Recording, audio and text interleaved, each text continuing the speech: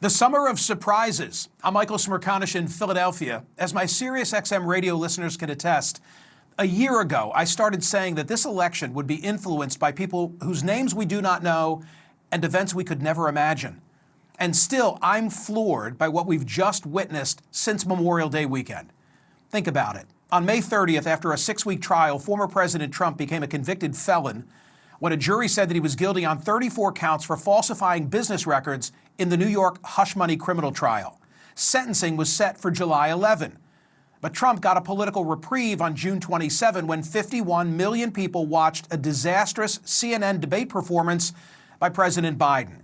4 days later, on July 1st, the Supreme Court released its immunity decision, ruling that former presidents cannot be prosecuted for actions relating to their core powers of their office. Where Judge Tanya Chutkan must now wrestle with whether Trump's conduct on and around January 6 was part of his core function as president, the SCOTUS decision likely insulated Trump against a trial before Election Day.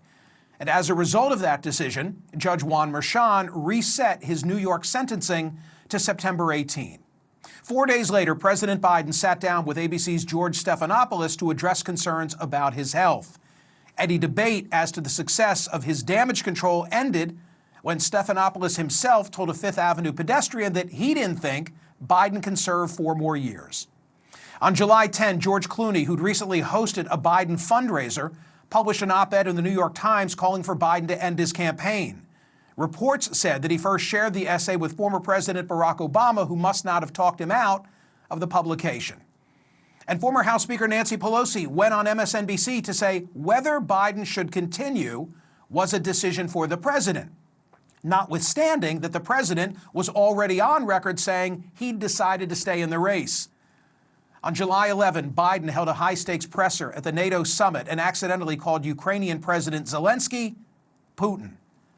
By now, according to the New York Times, the Biden campaign had begun polling on the viability of Vice President Harris.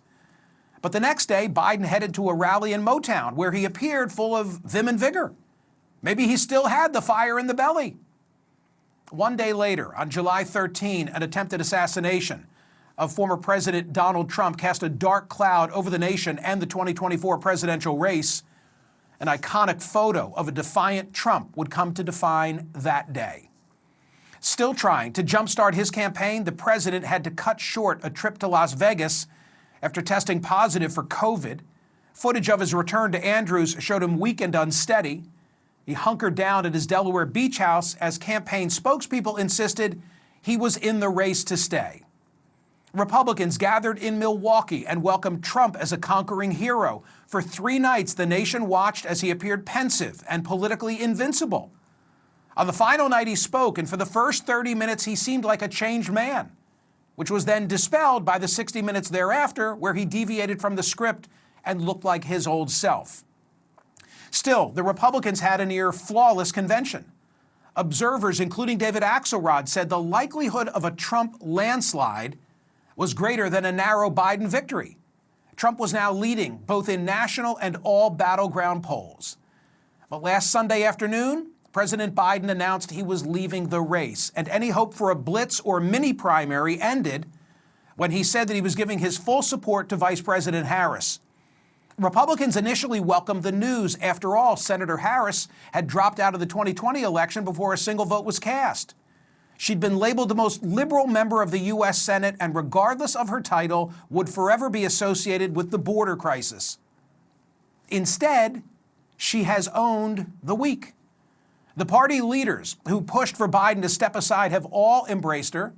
Rank-and-file Democrats have rallied to her candidacy. Supportive memes have multiplied.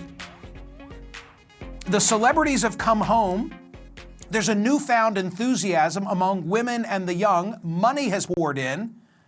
And I haven't even mentioned J.D. Vance's defense of his statement about childless cat ladies. This sudden momentum shift has been borne out in a brand new Wall Street Journal poll that finds Harris erased Trump's lead, with the 2 candidates essentially tied after Biden's exit from the race. And so the most improbable and unpredictable election of any of our lives remains just that. And on the horizon that we know of includes her selection of a running mate a Democratic convention in Chicago, and a previously scheduled presidential debate right after Labor Day. And don't forget Donald Trump's sentencing on September 18.